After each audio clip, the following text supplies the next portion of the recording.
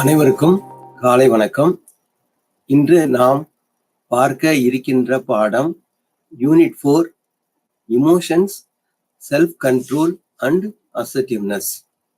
Emotions என்றால் உணர்வுகள், self control என்றால் சுய கட்டுப்பாடு, அசர்ட்டிவ்னஸ் என்றால் நம்மை நாமே உறுதிப்படுத்துதல். இந்த உணர்வுகளோடு எவ்வாறு செல்ஃப் கண்ட்ரோல், அசர்ட்டிவ்னஸ் அல்லது சுய கட்டுப்பாடும் உறுதிப்படுத்துதலும் இணைந்து வருகிறது என்பதை பற்றி இந்த பாடத்தில் நாம் தெளிவாக பார்க்க இருக்கின்றோம். முதலில் உளவியலில் உணர்வுகள் பற்றிய நிலைப்பாடு எந்த இடத்தில் அது இருக்கிறது என்பதை பற்றி நாம் தெரிந்து கொள்வது அவசியமானதாக ஆகிறது. முதலில் மனதை ஆய்வாளர்கள், அறிவாற்றல் உடையவர்கள் உளவியலில் 3 முக்கியமான பகுதிகளாக அவர்கள் பிரித்திருக்கின்றார்கள். Thinking, feeling and willing. சிந்தனை, உணர்வுகள், விருப்பம். இந்த 3னுடைய ஒரு கூட்டுதான் நமது மனம். அந்த 3னுடைய கூட்டுதான் ஒரு மனிதனின் மொத்த செயல்பாடுகள். ஒரு மனிதன் முக்கியமாக சிந்தனையில் அதிகமாக தன்னுடைய நேரத்தையும் தன்னுடைய பயன்பாடுகளையும் செலவழிக்கிறான். இது திங்கிங். ஃபீலிங், உணர்வுகள். இந்த உணர்வுகள் சிந்தனையோடும் சேர்ந்து செல்கின்றது, செயல்களோடும் சேர்ந்து செல்கின்றது, எதிர்கால விருப்பங்களோடும் சேர்ந்து செல்கின்றது. அது ஃபீலிங். இமோஷன்ஸ், உணர்வுகள் தனியாக நிற்பது இல்லை.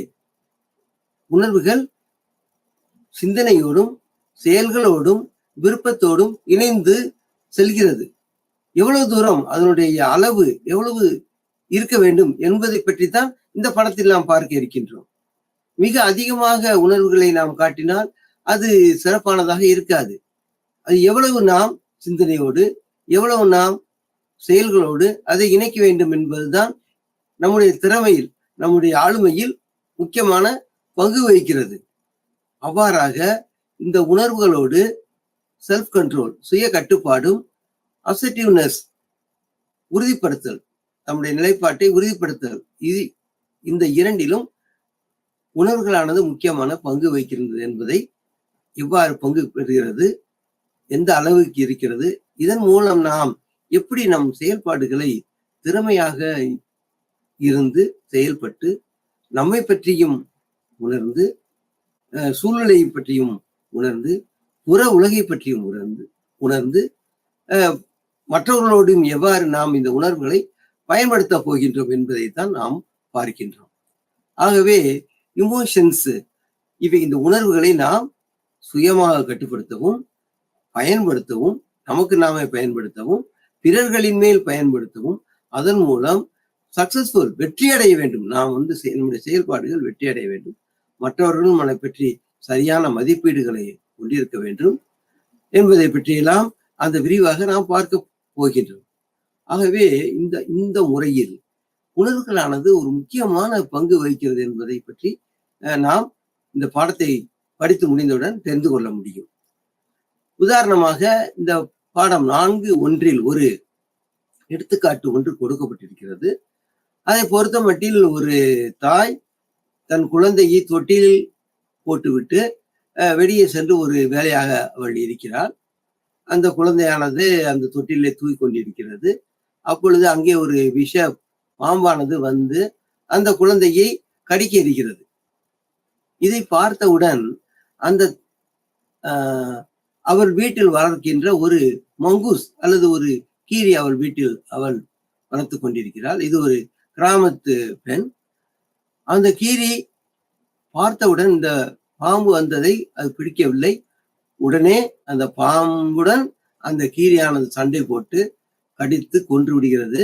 அந்த பாம்பு ரத்தத்தை எல்லாம் கக்கி, கடிபட்டதால் நிறைய ரத்தமான சிந்திருக்கிறது. அதெல்லாம் அந்த மங்கூஸ் வாயில் நிறைய ஒட்டி கொண்டிருக்கிறது. அத்துடன் அந்த மங்கூஸ் வாசலில் போய் உட்கார்ந்து இருக்கிறது. சிறிது நேரம் கழித்து அந்த தாய் வருகிறார். வாசலில் பார்த்தா மங்கூஸ் வாயில் ரத்தத்துடன் உட்கார்ந்து இருக்கிறார். அவ்வளவுதான் அந்த தாய்க்கு மிக அதிகமான கோபம் ஏற்படுகிறது. தன்னுடைய சுய கட்டுப்பாட்டை இழந்து விட்டாள். ஐயோ, அந்த குழந்தையை கடித்து கொதறி விட்டது நம்முடைய மங்கூஸ் என்று நினைத்து தன் கையில் கொண்டிருந்த அந்த பாத்திரத்தோடு அதில் வைத்திருந்த பொருளோடு அப்படியே அந்த மங்கூஸ் மேல் போட்டு அதை அடித்து கொன்று விடுகின்றார். அந்த மங்கூஸும் இறந்து விடுகிறது. பிறகு உள்ளே வருகிறாள் அந்த பெண். உள்ளே வந்து தன் குழந்தை எவ்வாறு இருக்கின்றது என்று பார்க்கிறார். குழந்தையானது நிம்மதியாக தூங்கிக் கொண்டிருக்கிறது. பக்கத்தில் பார்த்தால் ஒரு விஷப்பாம்பு கடிபட்டு ரத்தத்தோடு பாதி கடிபட்ட நிலையிலும் ரத்தம் சிந்திய நிலையிலும் இருக்கிறது. அப்பொழுதுதான் அவளுக்கு புரிகிறது, ஐயோ, இந்த மாதிரியாக தன்னுடைய குழந்தையை இந்த விஷப்பாம்பு கடிக்க வரும்போது அதை தடுத்து இந்த மங்கூஸ் போராடி வெற்றி பெற்று இருக்கிறது. இதை நாம் புரிந்து கொள்ளவில்லையே. நாம் அவசரப்பட்டு இம்மாதிரியாக நம்முடைய மங்கூஸை கொன்று விட்டோமே என்று மிகவும் விசாரப்படுகின்றார். அவள் உட்கார்ந்து அழுகின்றாள் இதற்காக நடந்ததை பற்றி. இவ்வாறாக நாம் அன்றாட வாழ்வில் பல்வேறு நிகழ்வுகளை நம்முடைய அவசரமான முடிவுகளாலும் வேகமான அந்த சிந்தனையாலும் நிகழ்வுகளை நாம் செய்கின்றோம். அது ஒவ்வொரு பிராயத்திலும் குழந்தையாக இருக்கின்ற பொழுதும் சரி, அடலசென்ட் அல்லது இளைஞராக இருக்கின்ற பொழுதும் சரி, அதே போல வயதான காலத்திலும் சரி, நிகழ்வுகளில் நாம் அவசர கதியில் செய்கின்ற பொழுது அந்த நிகழ்வுகளானது சரியானதாக அமையாமல் போய்விடலாம். அதற்கு காரணம் அந்த சுய கட்டுப்பாடு நம்மிடத்தில் இல்லை. ஒரு அமைதி, ஒரு பொறுமை, சரியான சிந்தனை, அதை ஆய்வு செய்யாத அந்த மனப்பாங்கு, எதை எடுத்தாலும் அவசர போக்கில் செய்யக்கூடியது. இதில் மிக முக்கியமாக குழந்தை பருவத்தில் நாம் பார்க்கின்ற குழந்தைகள் சரியான புரிதலே இல்லாமல் எத்தனை குழந்தைகள் வீட்டில் முன் விளையாடி கொண்டிருக்கின்ற பொழுது ஆழ்குழாய் கிணறில் விழுந்து விடுவார்கள், குளத்தில் விழுந்து நீச்சல் அடிக்க தெரியாமல் இறந்து விடுவார்கள். மற்ற குழந்தைகள் அதை கூட்டிக் கொண்டு போய் இருக்கும்போது சந்தோஷமாக இருக்க வேண்டும் என்று நினைத்து குளத்தில் குளித்து அப்படியே குளத்தில் மூழ்கி போய்விடுவார்கள். இளைஞர்கள் அவசர கதியில் தங்களுடைய சரியான புரிதல் இல்லாமல் பார்த்திருந்தால் வேகமாக மோட்டார் பைக் ஓட்டுவதும் அதில் கவிழ்ந்து விழுவதும், அதே போல 4 சக்கர வாகனங்களை மிக அதிகமாக வேகமாக ஓட்டுவதும், அந்த சுய கட்டுப்பாட்டை இழந்து அவர்கள் மது அருந்துவது, மிக அதிகமாக கேளிக்கைகளில் ஈடுபடுவது போன்ற நிகழ்வுகளினால் அவர்கள் தன்னைத்தானே ஒரு சரியான கட்டுக்கோப்பு அல்லது ஒரு ஸ்திரத்தன்மையில் வைத்துக் கொள்ள அது வேண்டிய புரிதல் இல்லாமல் எவ்வளவு சிரமங்களில் சிக்கல்களில் இருக்கின்றார்கள் என்பதை அன்றாடம் நாம் பல்வேறு நிகழ்வுகளில் பத்திரிகைகளில் பார்க்கின்றோம். அதில் தான் நான் சொல்கிறேன், குழந்தைகள் சரியான புரிதல் இல்லாமல் அவர்கள் அறியாமையினால் இவ்வாறியாக சிக்கல்களில் சிக்கி தவிக்கிறார்கள்.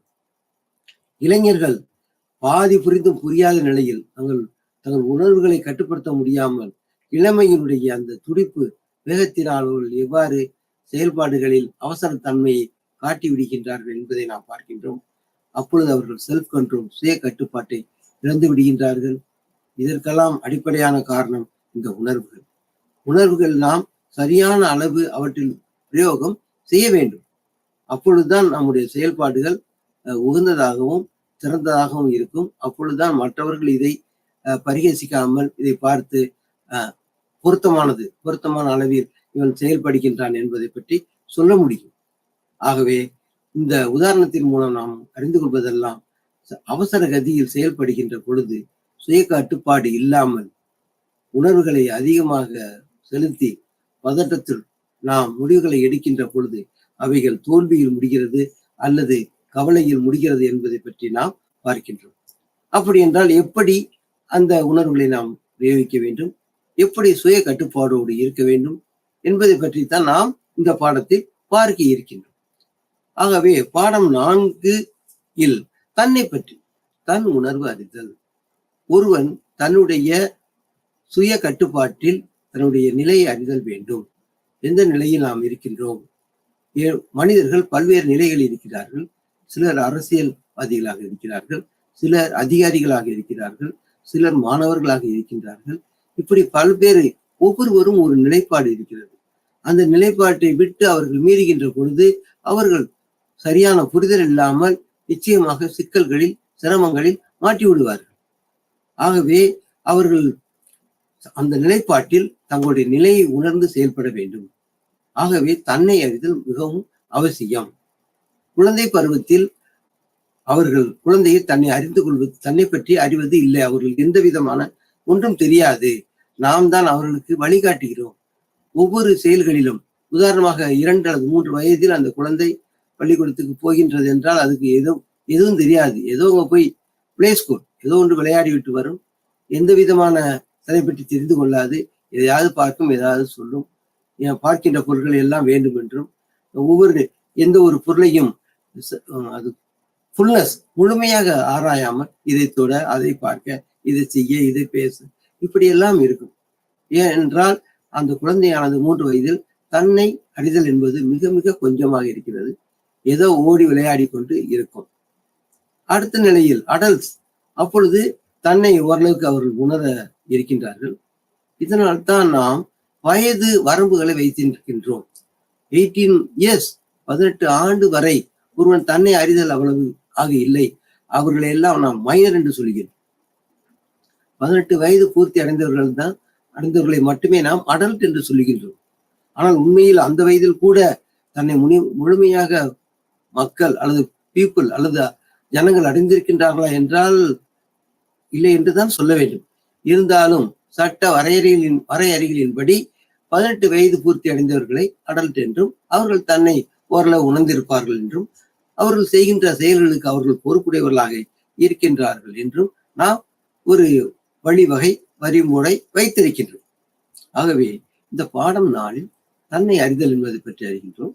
இதை நாம் வேறுபடுத்துகின்றோம். குழந்தையானது எப்படி தன்னை பற்றி புரிதல் இல்லாமல் இருக்கிறது, அடல்ட் என்பவர் எப்படி தன்னை பற்றி புரிந்தும் புரியாமலும் அவர் இருக்கின்றார், எவ்வளவு உணர்ச்சி வசப்பட்டு அவருடைய வேலைகளில் ஈடுபட்டு கொண்டிருக்கின்றார். உதாரணமாக நான் கூறியது போல வெளியே செல்லுகின்ற பொழுது அவர்கள் பதட்டமாகவும் மற்றவர்களோடு சேர்ந்து ஆரவாரம் செய்வதிலும் விளையாட்டுகளில் ஈடுபடுவதிலும் எவ்வாறு இருக்கின்றார்கள் என்பதை பார்க்கின்றோம்.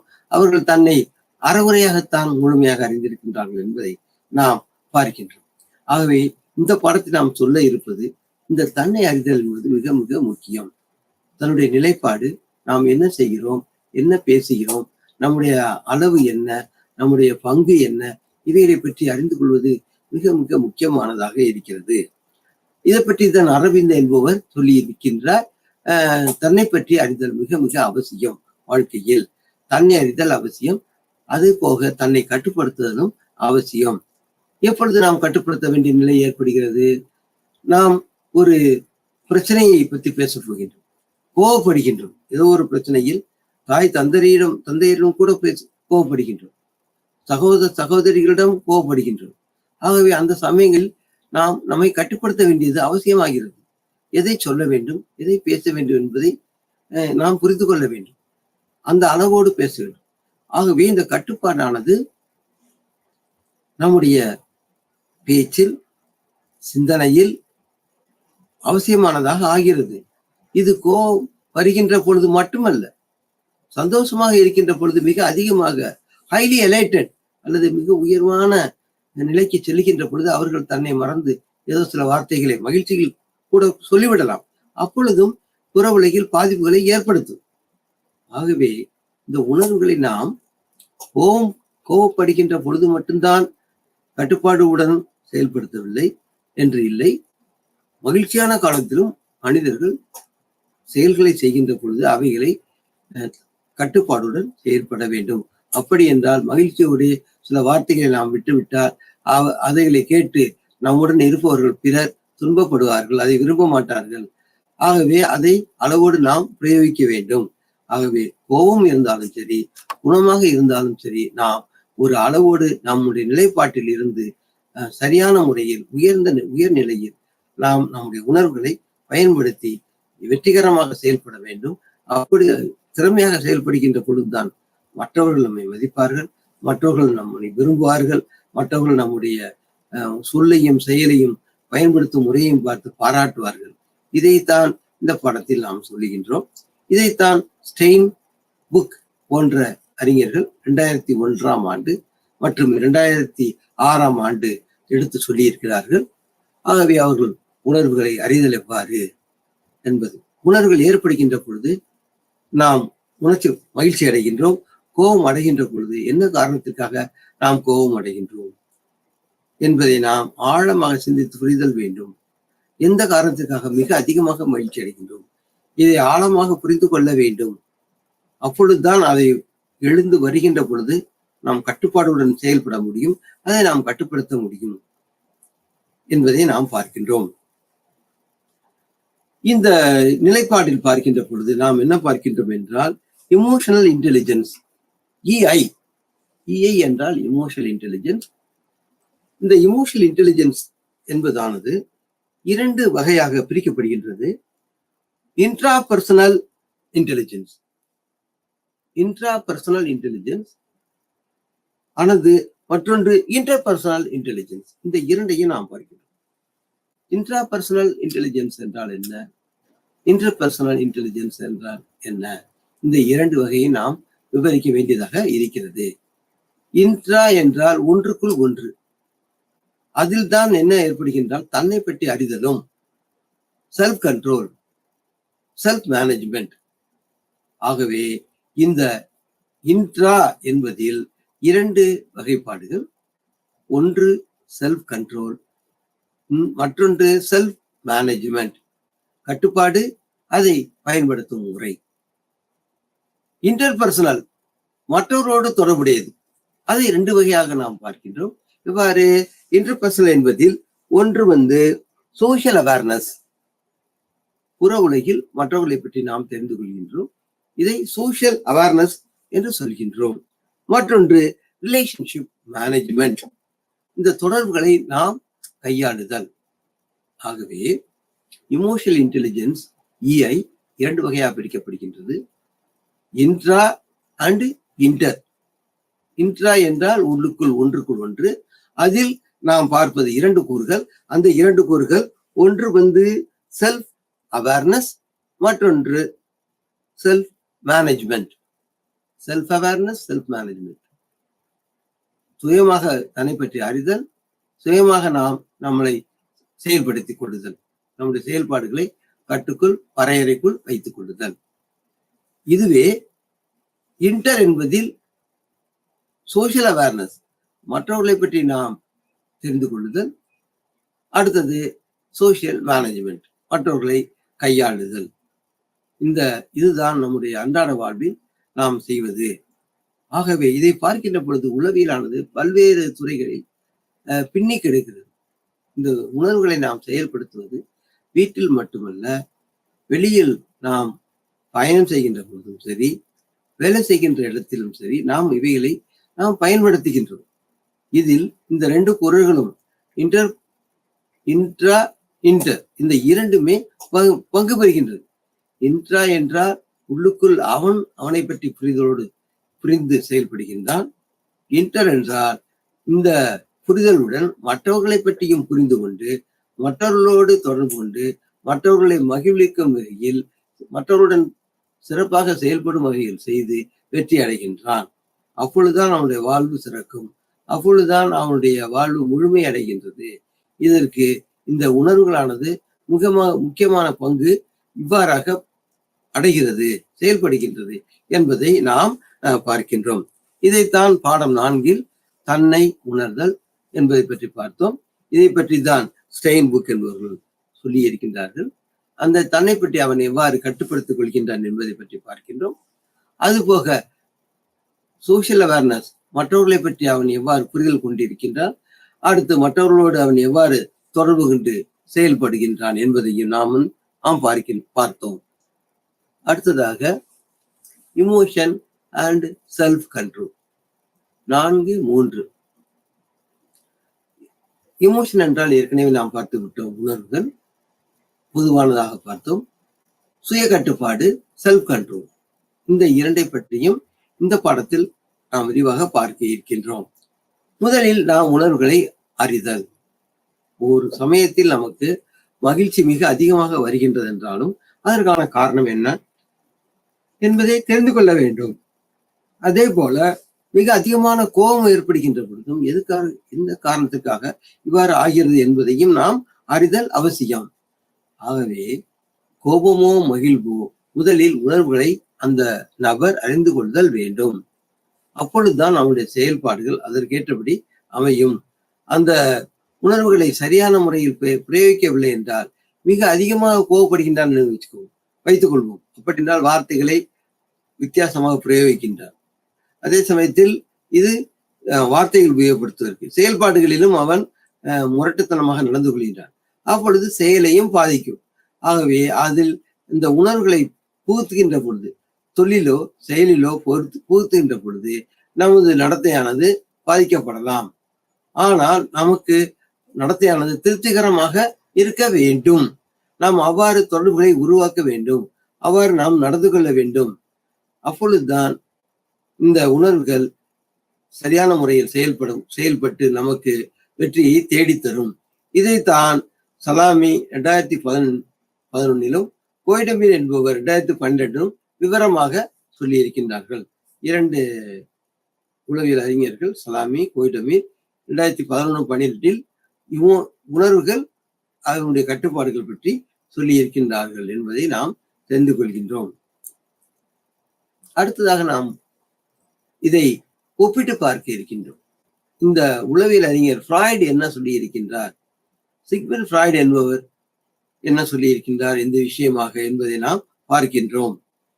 சிக்மண்ட் ஃப்ராய்டு என்பதை நாம் ஏற்கனவே வேறொரு பாடத்தில் நாம் விவரமாக படித்திருக்கின்றோம்.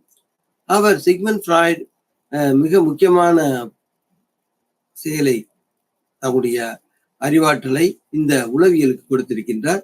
முக்கியமான அவருடைய கான்ட்ரிபியூஷன் அல்லது அவர் கொடுத்திருக்கின்றது, அளித்திருப்பது சைக்கோஅனாலிசிஸ், இந்த மனதை ஆய்வு செய்தல், மனதை தெரிந்து கொள்ளுதல் என்பதுதான் சிக்மண்ட் ஃப்ராய்டு. அவர் மனமானது ஒரு 3 பிரிவுகள் உடையதாக இருக்கின்றது என்கின்றார். அடிமனம், நடுமனம், மேல்மனம் என்று 3 விதமான மனத்தை பற்றி அவர் சொல்லுகின்றார். அடிமனம் என்பது இட் என்று அவர் பெயர் வைத்திருக்கின்றார். ஈகோ என்பது நடுமனம், ஈகோ என்று சொல்லலாம் அல்லது செல்ஃப் என்று சொல்லலாம். மேல்மனம் சூப்பர் ஈகோ அல்லது சூப்பர் ஈகோ என்று சொல்கின்றார். உயர்நிலை அறிவியல் சூப்பர் ஈகோ. ஆக அடிமனமானது, இந்த இட்டானது நம்முடைய நமக்கு பாதகமான நிகழ்வுகள், செக்ஸ் இம்பல்சஸ் போன்றவைகளை போட்டு வைத்திருக்கின்றது. இதுதான் நம்முடைய அடிமனம். அதற்கு அடுத்து வருவது, அதன் மேல் பகுதியில் வருவது நடுமனம் அல்லது ஈகோ அல்லது மைண்ட். ஈகோ அல்லது செல்ஃப்.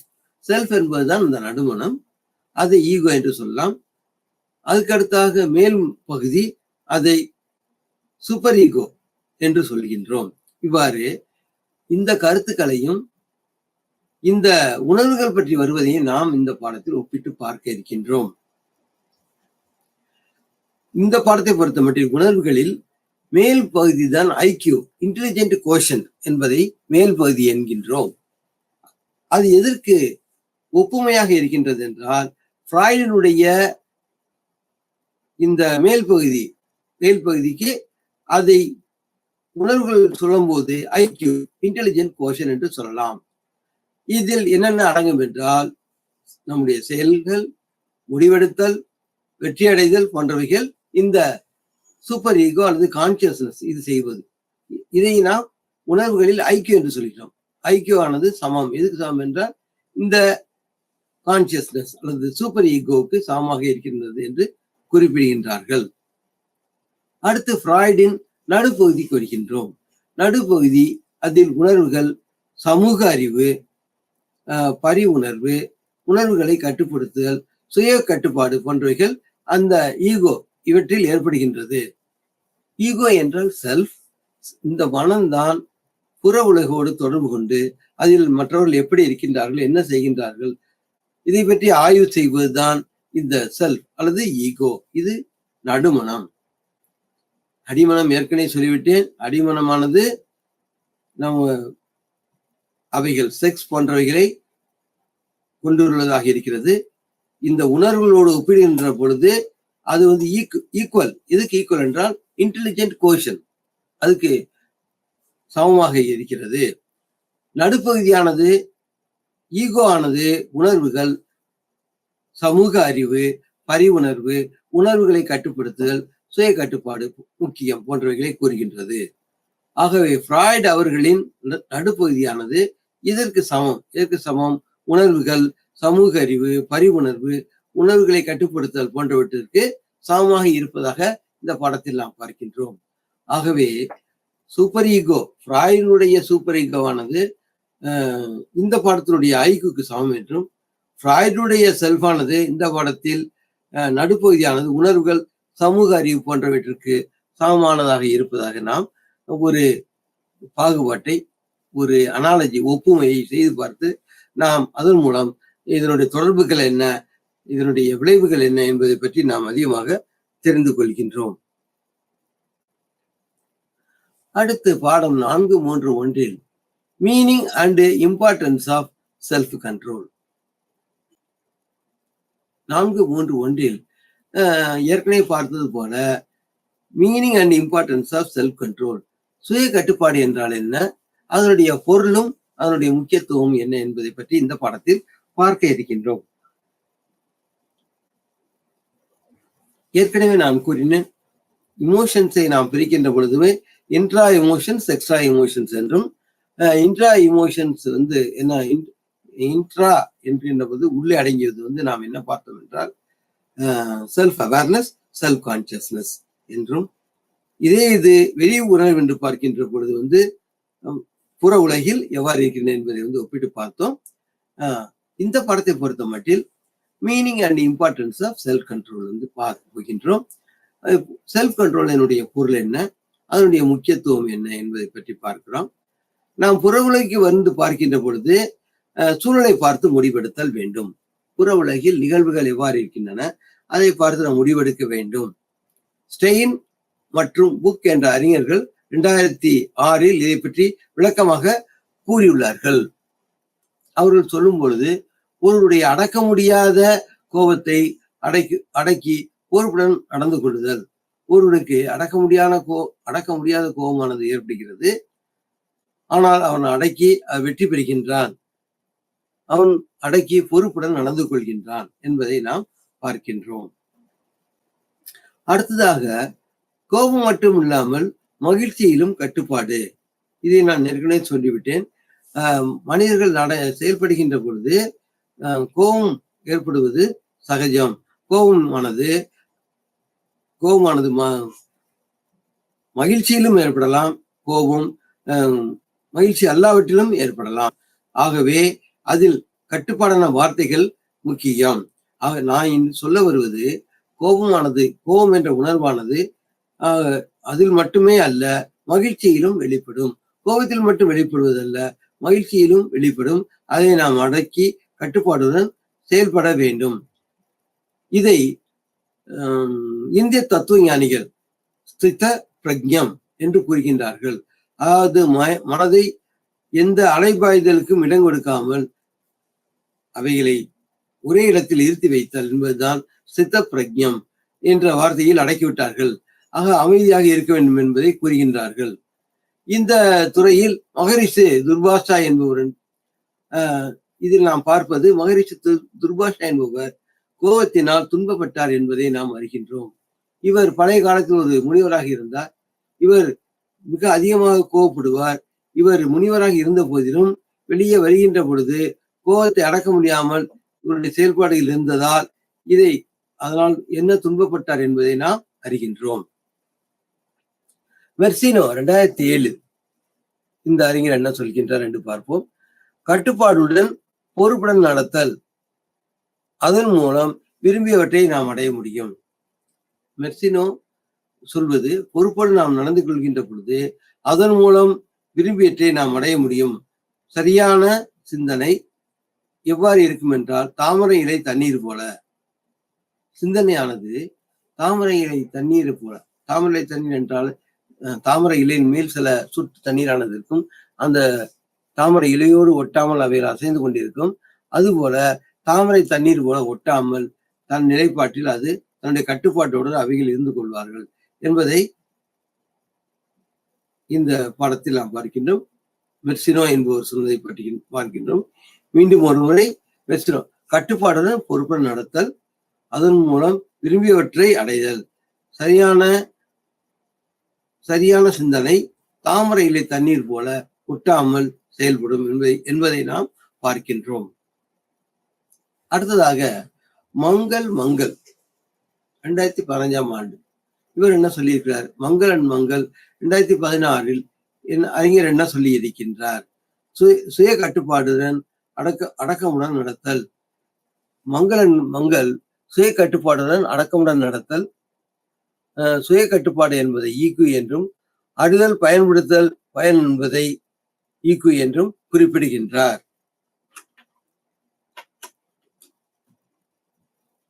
Self awareness management. நான் ஏற்கனவே கூறினேன், இமோஷனல் இன்டெலிஜென்ஸ் என்பதை 2 வகையாக பிரிக்கலாம் என்றும், இன்ட்ரா பர்சனல் இன்டெலிஜென்ஸ் என்றும் இன்டர்பர்சனல் ரிலேஷன்ஸ் என்றும் 2 வகையாக பிரிக்கலாம் என்று பார்த்தோம். இன்ட்ரா பர்சனல் என்றால் அந்த அவனுக்குள், ஒரு தனி மனிதனுக்குள் அதில் 2 பங்குகள் 2 வகைகள் பங்குகள் இருக்கின்றன. செல்ஃப் அவேர்னஸ், செல்ஃப் மேனேஜ்மெண்ட் என்பதை பற்றி பார்த்தோம். செல்ஃப் அவேர்னஸ், அந்த செல்ஃப் அவேர்னஸ் தான் நாம் இங்கு படிக்க இருக்கின்றோம். Self awareness, self management. சுய கட்டுப்பாட்டில் கெடி தரும் செயல்களை தவிர்த்தல். ஒரு நிகழ்வில் கட்டுப்பாடு இல்லாமல் நிகழ்ச்சிகள் நடக்கின்ற பொழுது கெடி தரும் செயல்கள் இருந்தால் அதை நாம் தவிர்க்க வேண்டும் என்பதை ஒன்றாக சொல்லுகின்றார். அடுத்ததாக அறிவான முடிவெடுத்தல். அறிவான உணர்ச்சிகள் பங்கு பெறாமல் அறிவான முடிவை எடுத்தல். சுய வளர்ச்சி, செல்ஃப் குரோத், வெற்றி. ஆகவே அதன் மூலமாக தனிநபர் வளர்ச்சி அடைகின்றார். தனிநபர் வளர்ச்சி பொழுது செல்ஃப் குரோத் ஏற்படுகின்றது, வெற்றி ஏற்படுகின்றது. வெற்றி பிறரோடு மிக திறமையாக உறவுகளை ஏற்படுத்த உதவுகின்றது. அதன் மூலம் பிறருடன் செய்திகளை எவ்வாறு தொடர்புகள் கொள்கின்றார்கள் என்பதை பற்றியும் நாம் அறிய முடிகிறது. ஆகவே இந்த பாடத்தில் செல்ஃப் அவேர்னஸ் அதனுடைய பங்குகள் என்ன என்று பார்த்தோம். அதை பொறுத்தமட்டில் சுய வளர்ச்சி, செல்ஃப் குரோத், பிறருடன் தொடர்பு ஏற்படுத்திக் கொள்ள முடியும். இது போன்றவைகளை நாம் பார்க்கின்றோம். ஆகவே இந்த பாடத்தில் சுய கட்டுப்பாடு கெடி தரும் செயல்களை தவிர்க்கலாம் என்பதை நாம் பார்க்கின்றோம். மேயர் சலோலி காருசோ 2002 ஆண்டு செய்த ஆய்வுகளின் அடிப்படையில் அவர்கள் கூறுவது, கணினி செயல்படும் முன் லுக் பிஃபோர் யூ லீவ். கணினிகளை பொறுத்த மட்டில் நாம் என்ன செய்கின்றோம் என்றால், இந்த விஞ்ஞான ஆய்வாளர்களின்படி செயல்படுகின்ற பொழுது அவர்கள் லுக் பிஃபோர் யூ லீவ், எந்த ஒரு செயலையும் செய்யும் முன் சரியான முடிவு எடுத்தல் அவசியமானது ஆகிறது. அப்படி இல்லை என்றால் அது செயல்பாடுகள் திறனற்றதாக இருக்கும், அவைகள் நல்ல வெற்றிகளை தராது என்பதை பார்க்கின்றோம். இதைத்தான் மேயர் சலோலி காருசோ என்பவர்கள் 2002 ஆண்டு கூறியிருக்கின்றார்கள். ஆகவே செயல்படும் முன் லுக் பிஃபோர் யூ லீவ், எந்த ஒரு காரியத்தை செயல்படுவதற்கு முன்பாகவும் அவர்கள் look before you leave, look என்றால் கவனித்து பார்க்காமல் செய்து விட்டால் எவ்வாறு இளைஞர்கள் இந்த வெளியிடங்களுக்கு செல்கின்ற பொழுது உணர்வுகளினால் அவசரப்பட்டு முடிவுகளை எடுத்து இறந்து சில சமயங்களில் இறந்து விடுகின்றார்கள். ஆகவே 2002 மேயர் சலோலி காருசோ பற்றி இவர்கள் அறிவுடையவர்களாக இருக்க வேண்டும். அவர்கள் ஒவ்வொரு செயலையும் செயல்படுவதற்கு முன்பாக லுக் பிஃபோர் யூ லீவ், நீ எந்த வகையில செயல்படும் முன் பார்த்து கவனமாக அறிந்து ஆய்வு செய்து எடுத்துக்கொள்ள வேண்டும் என்பதை பார்க்கின்றோம். 4.3 strategies to develop self control. எவ்வாறு நாம் இந்த சுய கட்டுப்பாட்டை ஒரு கட்டுக்குள் கொண்டு வருவது, திறமையாக வைத்திருப்பது. அதில் சரியான நடவடிக்கை, முடிவுகள் எடுத்தல், உணர்வுகள், சிந்தனை, செய்திகள், செயல்கள், கட்டுப்பாடு தொடர் முயற்சி தரும் என்று கூறப்பட்டிருக்கின்றது. தனிநபர் தூண்டல், வேறுபடுத்தி பார்த்தல். தனிநபர் தூண்டலானது வேறுபடுத்தி பார்க்கிறோம். அடுத்ததாக ஒய் வாட் பெட்டர். நாம் செயல்பாடுகளிலும் சரி, சிந்தனையிலும் சரி, ஒய் இந்த கோபமானது ஏன் ஏற்படுகிறது அல்லது இந்த மகிழ்ச்சியானது ஏன் ஏற்படுகிறது என்பதை பற்றி பார்க்க வேண்டும்.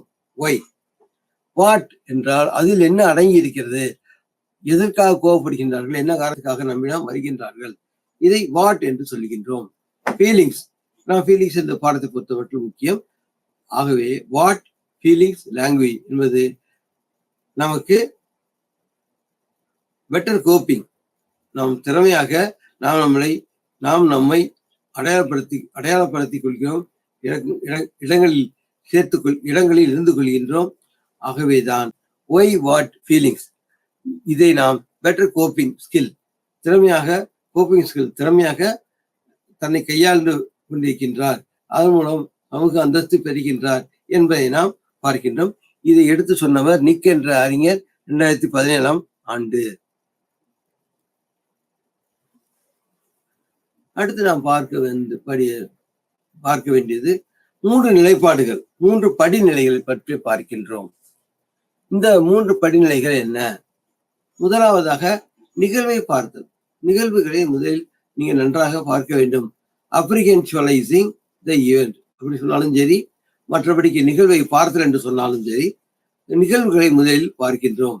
யார் சொன்னது படிக்கே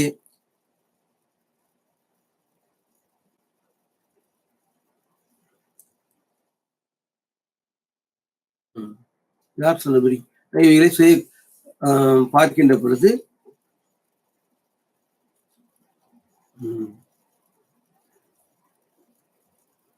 சுய கட்டுப்பாடு பயம் என்பதை பற்றி நாம் பார்த்தோம். அடுத்து சுய கட்டுப்பாடோடு இருக்க வேண்டும் என்பதை பற்றியும் பார்த்தோம். அடுத்து நாம் பார்ப்பது meaning and importance of self control. இதற்குத்தான் நான் சொன்னேன், முதலில் இமோஷனல் இன்டெலிஜென்ஸை 2 பகுதியாக பிரிக்கின்றோம். முதல் பகுதியானது இன்ட்ரா பர்சனல் இன்டெலிஜென்ஸ், மற்றொன்று interpersonal intelligence. Intra personal intelligence என்பதில் செல்ஃப் அவேர்னஸ், செல்ஃப் கண்ட்ரோல் 2 வருகிறது. அதை நாம் பார்க்க போகின்றோம். இதில் தான் நாம் சூழலை பார்த்து முடிவெடுத்து என்பதை பார்த்தோம். இதை பற்றி ஸ்டெயின் புக் என்பவர்கள் என்ன சொல்லியிருக்கின்றார்கள் என்பதை பார்த்தோம். அடக்க முடியாத கோபம் வரும் பொழுது அடக்கி ஆள வேண்டும் என்பதை நாம் பார்த்தோம். அடுத்து கோபம் மட்டுமல்லாமல் மகிழ்ச்சியிலும் கட்டுப்பாடு வேண்டும். இவ்வாறு நாம் கோபம் படுகின்ற பொழுதுதான் உணர்ச்சிகளை நாம் பிரயோகம் செய்து விடுகின்றோம் என்பது அல்ல. மகிழ்ச்சியிலும் நாம் இந்த மாதிரியாக வார்த்தைகளை விட்டு விடுவோம். கட்டுப்பாடுடன் இல்லாமல் வார்த்தைகள் பயன்படுத்தி விடுவோம். இதில் இந்திய தத்துவ மாதிரி இருப்பதை, செயலிலும் சொல்லிலும் ஒரு கட்டுப்பாடுடன் இருப்பதை சித்த பிரக்ஞம் என்றால் எந்த விதமான தூண்டுதலுக்கும் ஆளாகாமல், பணம், கோபம், உணர்வுகள் இவையெல்லாம் படாமல் தனியாக நாம் இருந்து கொள்கின்றோம். இதைத்தான் சித்த பிரக்ஞம் என்று நம்முடைய இந்திய தத்துவத்தில் பார்க்கின்றோம். அதன் பொருள் என்னவென்று பார்க்கின்ற பொழுது அமைதியை காண முடியும் என்று சொல்கின்றார்கள். இதில் மகரிஷி துர்பாஷா என்பவர் கோபத்தினால் மிகவும் துன்பப்பட்டார். மகரிஷி துர்பாஷா என்பவர் கோபத்தினால் மிகவும் துன்பப்பட்டார். அடுத்ததாக மெர்சினோ 2007 கட்டுப்பாடுடன் பொறுப்புடன் நடத்தல், அதன் மூலம் விரும்பியவற்றை அடைதல். மெர்சினோ 2007 ஆண்டு, மெர்சினோ என்ற அறிஞர் 2007 ஆண்டு கட்டுப்பாடுடன் பொறுப்புடன் எவ்வாறு நடக்க வேண்டும் என்பதை பற்றி சொல்லி இருக்கின்றார்கள். அதன் மூலம் விரும்பியவற்றை அடைதல், சரியான சிந்தனை. அப்படி சரியான சிந்தனையா இருக்கும்போது நம்முடைய உணர்வு எப்படி இருக்கும் என்றால், தாமரை இலை தண்ணீர் போல அவைகள் ஒன்றுக்கொன்று ஒட்டாது. நாம் நம்மளை வேறுபடுத்தி பார்க்கின்றோம். எந்த ஒரு உணர்வுகளையும் நாம் கொடுப்பது இல்லாமல் அவைகளை தனிமைப்படுத்தி நாம் பார்க்கின்றோம். தாமரை தண்ணீர் போல் அவைகள் எப்படி தாமரை இலையில் தண்ணீர் ஒட்டாமல் இருக்கிறதோ அதுபோல் நாம் ஒட்டாமல் அந்த உணர்வுகளை பார்த்து அதை பற்றி விளக்கம் தெரிந்து சொல்ல வேண்டும். மங்களன் மங்கள் 2015 ஆண்டு என்ன சொல்லி இருக்கின்றார் என்பதை பற்றி பார்க்கலாம். மங்களன் மங்கள் என்ற அறிஞர் சுய கட்டுப்பாடு என்பது எவ்வாறு இருக்கும் என்றால், அடக்கமுடன் நடத்தல், மேலும் சுய கட்டுப்பாடு என்பது EQ எமோஷனல் கோஷனுக்கு அடியில் வருகிறது. அதை அறிதல், பயன்படுத்தல் என்பதால் நாம் பயன் ஏற்படுகின்றது. அதுவும் இமோஷனல் கோஷன்ட் என்ற தலைப்பின் அடியில் வருகின்றது. ஆகவே சுய கட்டுப்பாடுடன் இருக்கவில்லை என்றால் அவன் சிரமங்களை அடைவான் என்பதை நாம் இதன் மூலம் அறிந்து கொள்கின்றோம். செல்ஃப் அவேர்னஸ் மேனேஜ்மெண்ட் என்பதை பற்றி பார்க்க இருக்கின்றோம். சுய கட்டுப்பாடு இருக்கின்ற பொழுது கெடுதி தரும் செயல்களை தவிர்க்க வேண்டும். செல்ஃப் அவேர்னஸ், செல்ஃப் மேனேஜ்மெண்ட் என்ற 2 தலைப்புகளிலும் சுய கட்டுப்பாடுடன் அவர் கெடுதி தரும் செயல்களை தவிர்க்க வேண்டும். அறிவான முடிவு எடுத்தல், சுய வளர்ச்சி, செல்ஃப் குரோத். அறிவான முடிவு எடுக்கின்ற பொழுது சுயமானது வளர்ச்சி அடைகின்றது. தனிநபர் குரோத், செல்ஃபானது வளர்ச்சி அடைய முடிகின்றது. பிறருடன் உறவு கொள்ள முடியும், மற்றவர்களோடு உறவு கொள்ள முடிகிறது. செய்தி தொடர்புகளை நாம் ஏற்படுத்திக் கொள்ள முடிகின்றது. இதை நாம் அறிவான முடிவெடுத்தல் என்று சொல்லுகின்றோம். ஆகவே செல்ஃப் குரோத் என்பதில் பிறருடன் உறவு, செய்தி தொடர்புகள் போன்றவற்றை முதல் குரோத் என்கின்றோம்.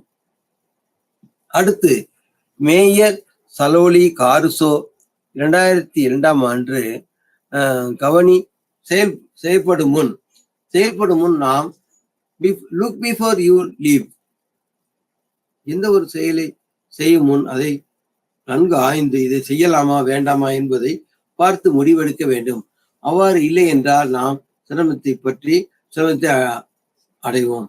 நான் ஏற்கனவே கூறியது போல குழந்தைகளும் இளைஞர்களும் சரியான புரிதல் இல்லாமல் தம் வீட்டு அருகில் உள்ள சின்ன கிணறு அல்லது குளங்களில் விழுந்து குளிப்பார்கள். ஆகவே இவர்கள் செயல்களில் முரண்படுகின்றார்கள். அப்படி முரண்படுகின்ற பொழுது நம்முடைய பிழையானது நம்முடைய சிந்தனையிலும் செயலிலும் வரும். ஆகவேதான் லுக் பிஃபோர் யூ லீவ், முழுவதற்கு முன் என்ன சரியான செயல்கள் என்பதை பார்த்து நாம் அதில் மூழ்க வேண்டும். 4.3.2 strategies to develop self-control. strategies to develop self-control. self-control, சுய கட்டுப்பாடு என்பதை எவ்வாறு எந்த காரணங்களினால் வளர்க்க முடியும் என்பதை பற்றி பார்க்க இருக்கின்றோம். சரியான நடவடிக்கை, முடிவுகள் எடுத்தல், உணர்வுகள், சிந்தனை, முடிவுகள், செயல்பாடு தொடர் முயற்சி தரும். நம்முடைய சரியான நடவடிக்கையானது அவைகள் இருந்தால் சரியான நடவடிக்கை, சரியான நடவடிக்கை இருக்கின்ற பொழுதுதான் சரியான முடிவுகளை நாம் எடுக்க முடியும். சரியான உணர்வுகளோடு சேர்த்து சிந்தனை, செயல்கள், கட்டுப்பாடு, தொடர்பு ஏற்பட வேண்டும். சிந்தனையிலும் செயல்கள், இங்கத்திலும் கட்டுப்பாடு இருக்க வேண்டும். முயற்சி பெறும். முயற்சியானது அடுத்ததாக முயற்சியானது தனிநபர் செயல்பாடுகளில் இருந்து வேறுபடுத்தி பார்த்தல் பற்றி பார்க்க இருக்கின்றோம். தனியார் தூண்டல், வேறுபடுத்தி பார்த்தல். நாம் நம்முடைய உணர்வுகளை நம்மிடந்து அப்புறப்படுத்தி அதன் மூலம் நாம் பார்க்க வேண்டும். நம்முடைய தூண்டலானது வேறுபடுத்தி பார்த்தல், தூண்டல் புறவெளியில் வருவதாக பார்த்து அவைகளை நாம் கண்டறிய வேண்டும். அடுத்ததாக why what feelings, better coping. எப்பொழுது நாம் ஏன் எதற்கு என்று நாம் ஆய்வு செய்கின்றோமோ அப்பொழுதே நாம் பெட்டர் கோப்பிங், நல்ல திறமையானவரை நாம் உருவாக்குகின்றோம் அல்லது ஏற்படுத்துகின்றோம் என்று பார்க்கின்றோம். Why the person is like that, whom the person is. அடுத்ததாக why what feelings, better coping என்பதற்கு இந்த வார்த்தைகளை பிரயோகம் செய்கின்றோம். ஏனென்றால் ஒய், ஏன் அந்த உணர்வு ஏற்பட வேண்டும், எதை பற்றி உணர்வானது ஏற்படுகின்றது என்பதை பற்றியெல்லாம் நாம் தெரிந்து கொண்டு செயல்படுகின்ற பொழுது மோர் எஃபெக்டிவ், நல்ல திறனுடன் செயல்பட முடியும். மேலும் 3 படிநிலைகள் உள்ளன. என்ன 3 படிநிலைகள்? 1, நிகழ்வை பார்த்தல். நிகழ்வை சாதாரணமாக நிகழ்வுகளை பார்க்கின்றோம். நாம் இந்த கண்ணோட்டத்தோடு சைக்கலாஜிக்கல் வியூ பாயிண்ட், அதில் நிகழ்வுகளை பார்க்க வேண்டும். அதை நாம் எவ்வாறு சொல்கின்றோம் என்றால் ஆங்கிலத்தில் விஷுவலைசிங் தி ஈவெண்ட். நிகழ்வுகள் இவ்வாறு நடக்கின்றன, அதை நாம் விஷுவலைஸ் பண்ணுவது, அப்படி என்றால் பார்ப்பது. பார்த்து இந்த படிக்கின்ற மாணவர்கள், குழந்தைகள் எவ்வாறு வருகின்றார்கள், பார்க்கின்றார்கள் என்பதை பற்றி தெரிந்து கொள்ளுதல். இதை தான் நிகழ்வை பார்த்தல் அட்மினிஸ்ட்ரேட்டிவ் பார்த்தல் விஷுவலைசிங் த ஈவெண்ட் என்று பார்க்கின்றோம். இரண்டாவது படி, மூன்றாம் நபர் பார்வை, visualisation of visualizing or telling from an outsider's perspective. முதல் நிலை நிகழ்ச்சிகள், ஆட்கள் இவை பார்த்தல். இரண்டாவது நிலை அவை எவ்வாறு பார்க்க வேண்டும் என்றால் visualizing telling from an outsider's point of view. மற்றவர்கள் பார்வையில் அந்த குழந்தை எவ்வாறு தெரிகின்றது என்பதை பார்த்தல். Perspectives known through positive approach. மூன்றாவது உயர்நிலைப்பள்ளி ஓண்டு ஸ்டூடெண்ட் உயர்நிலை பார்வை. மூன்றாவது பார்ப்பது உயர்நிலை பார்வை. அதாவது நாம் நம்மை விட்டு தள்ளி இருந்து அதை இந்த உணர்வுகள் எப்படி ஏற்படுகின்றன, இந்த கோபமானது என்ன ஏற்படுகிறது, உடம்பை என்ன பாதிப்பு ஏற்படுத்துகிறது இந்த என்பதை பற்றி பார்க்கின்றோம். இதைத்தான் உயர்நிலை பார்வை என்று சொல்லுகின்றோம். ஆகவே மூன்றையும் ரிவைஸ் பண்ணும்போது முதலில் நிகழ்வை பார்த்தல், விஷுவலைசிங் தி ஈவெண்ட். இரண்டாவது visualizing or telling from an outsider's perspective. உணர்வுகளை நம்முடைய கண்ணோட்டம் இல்லாமல் வேறொரு நபரின் கண்ணோட்டத்தில் நாம் பார்த்து சொல்வது perspective using third person approach. இது இரண்டாவது முறை. அர்த்தம், பொருள் தேர்டு. மூன்றாவது உயர்நிலை பார்வை. உயர்நிலை பார்வை என்றால் என்ன? சூப்பர்மேன். உயர்நிலை பார்வை என்றால் மிகவும் அறிஞர்கள் போன்ற அவருடைய நிலைப்பாட்டில் இந்த பொருளானது எவ்வளவு விலை பெறுகின்றது, எவ்வளவு புத்தகங்கள் வாங்கி இருக்க வேண்டும் என்பதை பற்றிலாம் நிர்ணயம் செய்கின்றோம். இது வந்து உயர்நிலைப்பள்ளி பார்வை. உயர்நிலைப்பள்ளி பார்வையானது வேற்று இடத்திலிருந்து நாம நிகழ்ச்சிகளை பார்த்து அதை முறையாக புரிதல் கொண்டுதல், அதற்கேற்ற நடவடிக்கைகளை எடுத்தல். இந்த மூன்றிலும் சேர்ந்து 3 படிநிலைகள் உள்ளன. 1, அவேர்னஸ், டிட்டர்மைனிங் அண்டர்லையிங் காசஸ், அதற்கான காரணங்களை கண்டறிதல், responsible for the present emotional state. இந்த அமைதியான நிலைக்கு வருவதற்கு அல்லது அமைதியான சிந்தனை வருவதற்கு என்ன காரணம் ஏற்பட்டது வந்து அவர்கள் பார்த்து படித்து தெரிந்து வைத்திருக்கின்றார்கள். அதைத்தான் determining underlying causes responsible for the present emotional state என்று கூறுகின்றோம். Determining underlying causes. மூன்றாவது பார்ப்பது adapting memories to the fullest control of the emotional state. அது மூன்றாவது நாங்கள் சொல்வது getting control of the emotional state. உணர்வுகளை நாம் கட்டுப்படுத்தல் ஆகும். 4 இமோஷன்ஸ் அண்ட் அசர்டிவ்னஸ். இதில் நாம் என்ன பார்க்கின்றோம்? அசர்டிவ்னஸ் என்றால் உறுதிப்படுத்துதல். Meaning and importance of assertiveness. இந்த பாடத்தை பொறுத்தமட்டில் அசர்டிவ்னஸ் என்றால் என்ன, அதனுடைய பொருள் என்ன என்பதை பற்றி பார்க்கின்றோம். தன் நிலைப்பாட்டை உறுதிப்படுத்துதல். ஒவ்வொருவரும் நம்முடைய நிலைப்பாட்டை அவர் நிலையில் உறுதிப்படுத்துவது என்பது ஆகும். நாம் பத்திரிகைகளில் படிக்கின்றோம், ஒவ்வொரு அதிகாரியும் தன்னுடைய அதிகார வரம்புடன் எவ்வளவு திறமையாக செயல்படுகின்றார் என்பதை பற்றி நாம் பார்க்கின்றோம். இது அதிகார வரம்பு, அதே போல் தாம் செயல்களில் ஒரு கட்டுப்பாடு என்பதை பற்றி சொல்வதாகும். ஸ்டெயின் புக் என்ற அறிஞர்கள் 2006ஆம் ஆண்டு தன் நிலைப்பாடு என்பதை பற்றி சொல்லி இருக்கின்றார்கள். தன் நிலைப்பாடு பற்றி, தன் நிலைப்பாட்டில் பிறன் மனம் புகாதபடி புண்படாமல் சொல்ல வேண்டும், பிறன் மனம் புண்படாமல் காண வேண்டும், பிறன் மனம் உடையாமல் புண்படாமல் பார்த்துக் கொள்ள வேண்டும், நியாயமான வழிகளில் பார்த்துக் கொள்ள வேண்டும், have the fun, have the cake and eat it too. இதனுடைய பொருள் என்ன என்று பார்க்க வேண்டும். நாம் பேசுகின்ற பொழுதும் செயல்படுகின்ற பொழுதும் நமக்கு பொருளும் கிடைக்க வேண்டும், அதை நாம் சாப்பிடவும் வேண்டும். பொருள் கிடைத்த வேண்டும், அதை சாப்பிட வேண்டும். நாம் என்ன நினைக்கின்றோம் என்றால், நம்மை கட்டுப்படுத்தி செயல்படுகின்ற பொழுது ஒருவேளை நாம் சிலவற்றை சொல்லாமல் விட்டு விடலாம், அல்லது சொல்லுகின்ற பொழுது அவைகள் அதன் வெளியே இருப்பவருக்கு, நம்மோடு தொடர்பு கொள்வதற்கு பாதிப்புகளை ஏற்படலாம் என்று நாம் ஒன்றுமே செய்யாமல் இருந்து விடுவோம். அதற்குத்தான் நாம் என்ன சொல்லுகின்றோம் என்றால், இந்த அசர்டிவ்னஸ் என்பதில் நாம் நம்முடைய நிலைப்பாட்டை உறுதிப்படுத்துதல். மற்றவர்கள் நம்மளை பற்றி காழ்ப்புணர்ச்சி கொண்டிருந்தாலும் கொள்ளாமல் இருந்தாலும் பாராட்டினாலும் நம்முடைய நிலைப்பாட்டை நாம் எடுத்து சொல்லிவிடுவோம். இதைத்தான் அசர்ட்டிவ்னஸ் என்கின்றோம். 4.4.1 meaning and importance of assertiveness. அதில் என்ன சொல்கின்றோம் என்றால், ஸ்டெயின் புக் என்பவர்கள் 2006 தன் நிலைப்பாடு பற்றி நியாயமான பிறரின் மனம் புண்படாமல் பொறுத்தல் செய்தல் எவ்வாறு என்பதை பற்றி பார்க்கின்றோம். நாம் ஒரு இடத்துக்கு செல்கின்ற பொழுது இதை கொடுக்க வேண்டும்.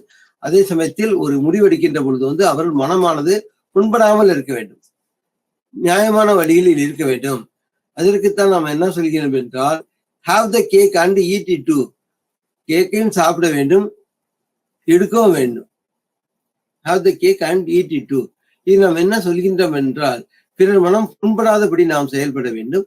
அந்த அளவில் நாம் நம்முடைய சிந்தனை, நிலைப்பாடு, செயல் இவைகள் எல்லாம் இருக்க வேண்டும். அப்பொழுதுதான் ஸ்டெயின் என்பவர் புக் என்பவர் கூறியபடி தன்னுடைய நிலைப்பாடும் பிறரின் மனம் புண்படாமல் எப்படி நாம் செயல்படுவோம் என்பதை பற்றியும் இருக்கும். நாம் செயல்படுகின்ற பொழுது இமோஷன், உணர்வுகளானது அதிகமாக வரும்.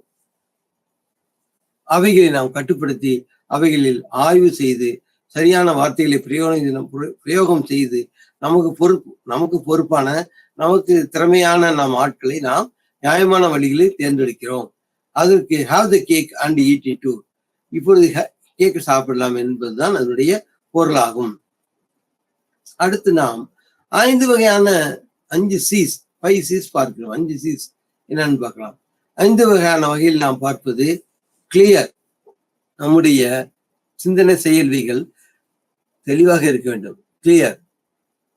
கன்சைஸ், சுருக்கமாக இருக்க வேண்டும். சுருக்கமாக, மிகவும் எலாபரேட் ஆக இல்லாமல் சுருக்கமாக இருக்க வேண்டும். Concise and confidence. Concise and confidence. நம்பிக்கையோட அவைகளை பிரயோகம் செய்ய வேண்டும். எமோஷனல் 5 வகையானது. ஒன்று கிளியர், தெளிவாக இருக்க வேண்டும். கன்சைஸ் என்றால் சுருக்கமாக இருக்க வேண்டும். 3வது கான்பிடன்ஸ், நம்பிக்கையை வெளிப்படுத்த வேண்டும். எந்த ஒரு நாம் சொல்லுகின்ற பொழுது நாம் சொன்னது சரியானதுதான் என்று வலியுறுத்தும்படியாக கான்பிடன்ஸ் நம்பிக்கையோடு அவைகளை சொல்ல வேண்டும். 4வது கரேஜ், தைரியம் சொல்ல வேண்டும். 5வது கண்ட்ரோல்டு, இடைப்பட்ட குறிப்பிட்ட எல்லைக்குள் வரக்கூடிய அந்த உணவு. இவைகள் எல்லாம் எவ்வாறு இருக்க வேண்டும் என்றால், clear, concise, confident, average, courage and controlled. இந்த 5 வகையான பண்புகளை கொண்டதாக இருக்க வேண்டும். அதைத்தான் நாம் have the cake and eat it too என்று சொல்கின்றோம். அடுத்து நாம் பார்க்க இருப்பது லிவ் அண்ட் லெட் லிவ். இவர் தாம் வாழ்வது மட்டுமல்ல, பிறரையும் வாழ அனுமதிக்க வேண்டும். அதற்கான சூழலை நாம் ஏற்படுத்தி கொடுக்க வேண்டும்.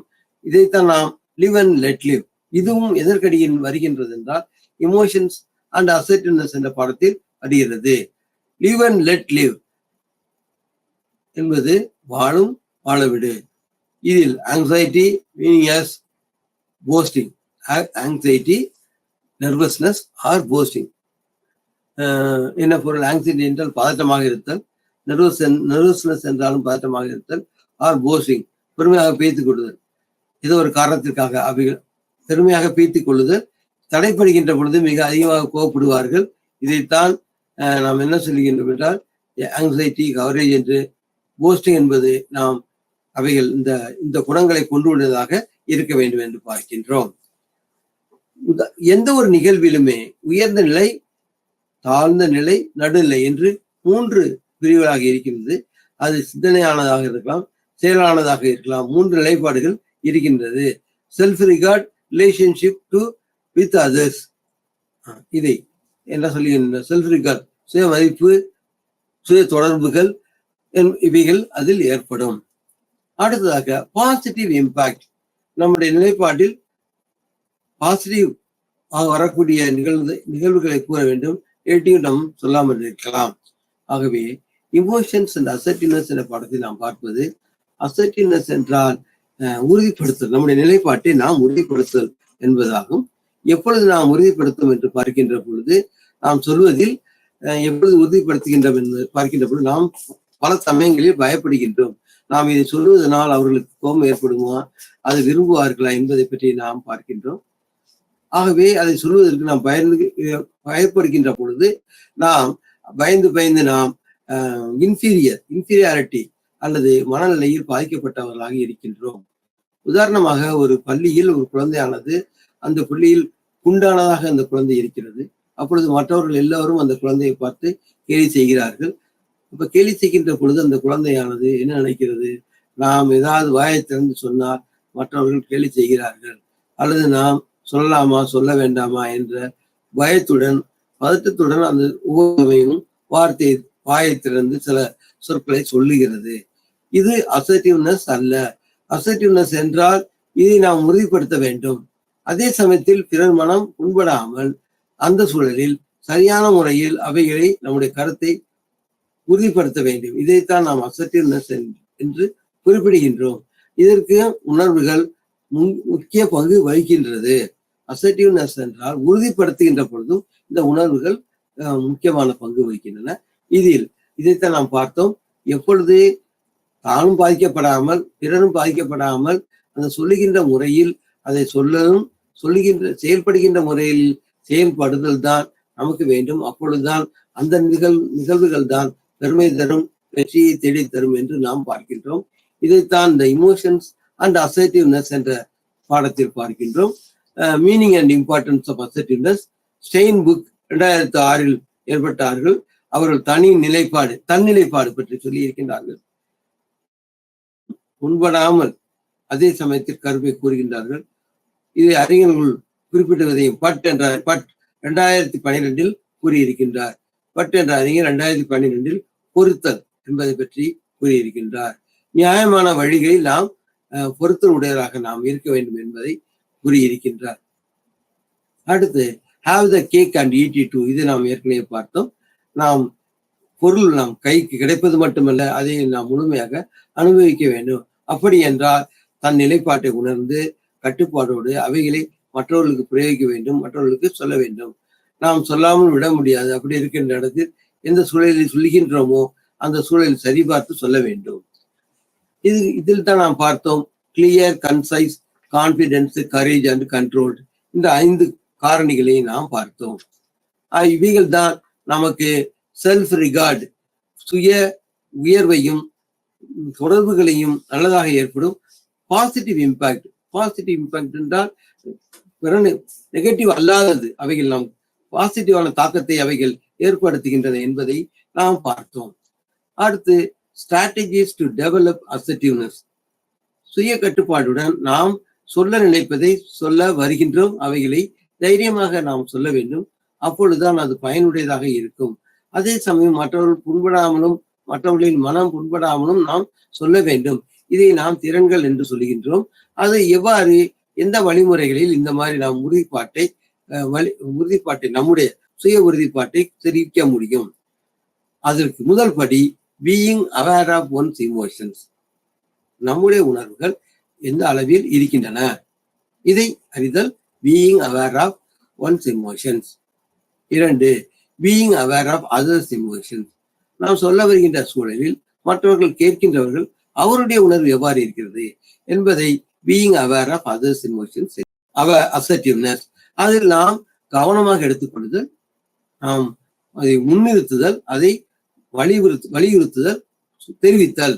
3வது நிலை நாம் பாதிக்காமல் அவைகள் மற்றவர்களுக்கு தெரிவித்தல். 4, பிராக்டிஸ் யுவர் அசர்ட்டிவ் டயலாக். நாம் அதை இதுபோலேயே நாம் சிந்தனையிலும் செயலிலும் சொற்களிலும் இதை தொடர்ந்து நாம் பிராக்டிஸ் பண்ண வேண்டும், அதாவது பயன்படுத்தி பழக வேண்டும். அப்பொழுதுதான் நம்முடைய ஆளுமையானது திறனுடையதாக அமையும். அப்பொழுது நம்முடைய உணர்வுகள் சரியான முறையில் பிரயோகிக்கப்பட்டதாக இருக்கும். அப்பொழுது அவைகள் நல்ல பலன்களை தரும். அதனுடன் பீயிங் மைண்ட்ஃபுல். மைண்ட்ஃபுல் என்பது மிக கவன சிதறலே இல்லாமல் நாம் செயல்படுவது ஆகும். ஆரம்ப கட்டத்தில் நாம் சொன்னோம், குழந்தைகள் தன் உணர்வுகளை முழுமையாக சிதறடிக்கின்றன, அவர்கள் கட்டுப்பாடு இல்லாமல் பயன்படுத்துகின்றன என்று பார்த்தோம். ஆனால் அடல்ட் ஓரளவுக்கு தான் புரிதல் உடையவர்களாக இருக்கின்றார்கள். சரியான மனநிலை உடையவர்கள் நல்ல மனநிலையோடு அவர்கள் செயல்படுவார்கள். இவ்வாறு நாம் எவ்வாறு உணர்வுகளை நாம் கட்டுப்படுத்துதலும் தன்னை பற்றி அறிதலும் எப்படி பிரயோகம் செய்வது என்பதை பற்றி மிக விரிவாக நாம் இந்த பாடத்தில் படித்தோம். வணக்கம். நன்றி.